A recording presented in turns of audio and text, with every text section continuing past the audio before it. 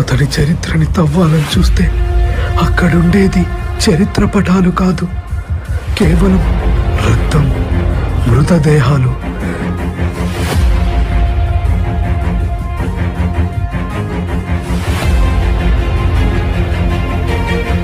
అసలు సలార్ అంటే ఏంటి? ఎవరిని వదలరు.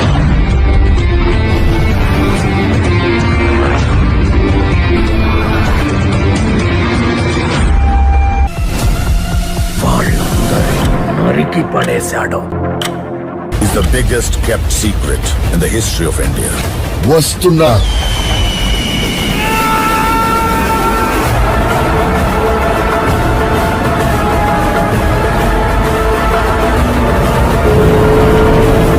వచ్చాడు వచ్చాడు వచ్చాడు వచ్చాడు.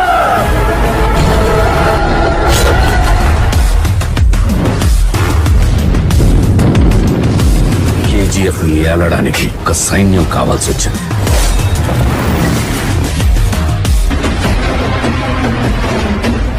వాడే సలార్.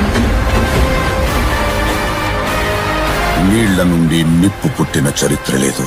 అలలు భూమిని కబలించడానికి అంగలు వేస్తున్నాయి. ఆ యుద్ధంలో మూడో వాడి అడుగు పడింది. History was wrong. అసలు కథ ఇప్పుడు మొదలవుతుంది.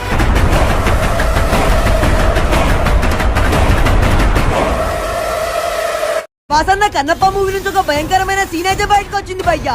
బామ్మో, అసలు ఊహించుకుంటేనే గూస్ బంప్స్ వస్తున్నాయి. అసలు మ్యాట్ ఏంటంటే కన్నప్ప మూవీని పోస్ట్ పోన్ చేశారు అని మన అందరికీ తెలిసిందే.